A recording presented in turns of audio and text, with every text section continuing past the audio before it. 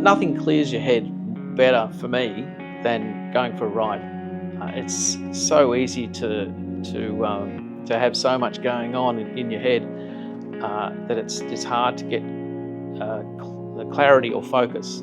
You can jump on a bike and you do it with purpose, then there's nothing else that is going on. So you're scanning the road, you're checking the weather, you're looking for dangers, and if you find some corners, then you can just put them together, left, right. But you're just purely focused and clear of everything else, and you're just concentrating on riding. There's nothing else like it. It's perfect. My name's Rex. We're here at Motormax in Osborne Park in Perth. I look after the sales and answer all customer inquiries. Probably 23, 24. And I think like most young people, I just got into sports bikes. I had no understanding of anything else really. It was just about going fast. So I think from there I did a few track days and some advanced rider courses. And I think some of the instructors would suggest that maybe I'd give racing a try. So after getting off my 250cc motorcycle, I bought a bigger sports bike, as most people do, and then life got in the way and I ended up getting rid of that. And I was off bikes for about 6 or 7 years. Until one day I was going into the city in Sydney and saw a big motorcycle mural on the side of the wall, and it was a new shop called Deus. And it was a Sunday, and on the window they had, Monday, open Monday to Saturday, closed Sunday, we go riding, something like that. So I just sort of peeked through the window and they had these amazing custom motorcycles. The next time it was open, I went in and had a look at these bikes and I just fell in love straight away. I got them to make me a bike. I started a Facebook group called Perth Cafe Races, and it's sort of whole developed scene. And very quickly there's 3,000 or 4,000 members in the group, and it was just a place for me to find other people to go riding with. And at the time there was a lot of retro bikes, a lot of classic bikes involved, and that's where I suppose I really saw the Royal Enfields come out. Back then it was the old classic 500s. And then from there I had a friend of mine who got particularly sick. He came back to Australia to see doctors, and a week after he got back I got a phone call from his wife to say that he'd passed away. And it sort of just made me realise that my list of things to do was getting longer and longer, and I just wasn't crossing anything off. So I'd been thinking about going to the Himalayas to do a motorcycle trip, and I suppose that was the catalyst to make me actually go and do it. And I went onto Facebook and said, if anybody wants to come on a trip to the Himalayas riding Royal Enfields, you're more than welcome to join me.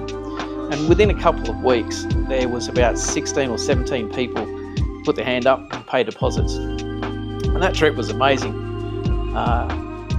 It was life-changing for not just myself, but a couple of people on that trip.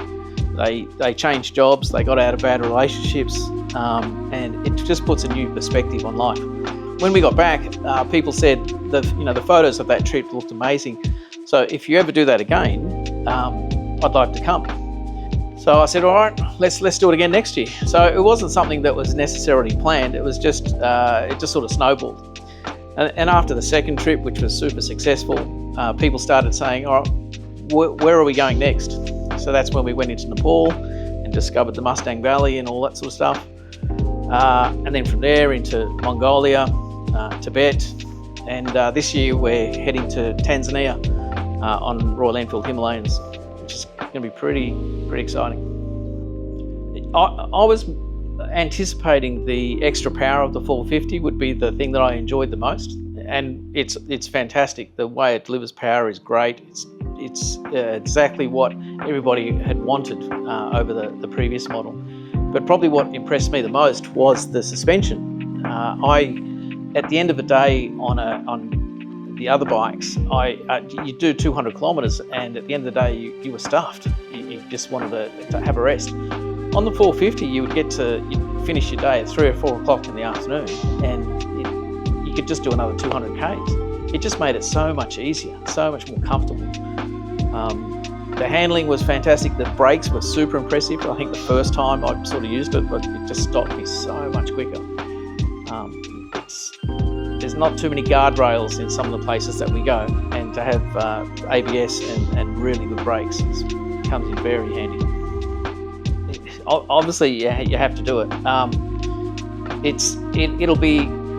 It's one of those experiences that is always going to be better than what you expect. I remember going to Uluru many years ago and thinking, oh, it's just going to be a rock. But when you get there, it's phenomenal. And it's the same experience that I see on the people's faces when they get into the Himalayas. It's much different to what they expect. The absolute scale of things puts things into perspective. All the different type of people and religions and stuff that you see there, and how friendly people are. It is absolutely life-changing for the vast majority of people. The number of riders who have said that the next time they go on a holiday, there'll have to be a motorcycle component of it. You could at least 50% of the riders will now change the way they have holidays from now on.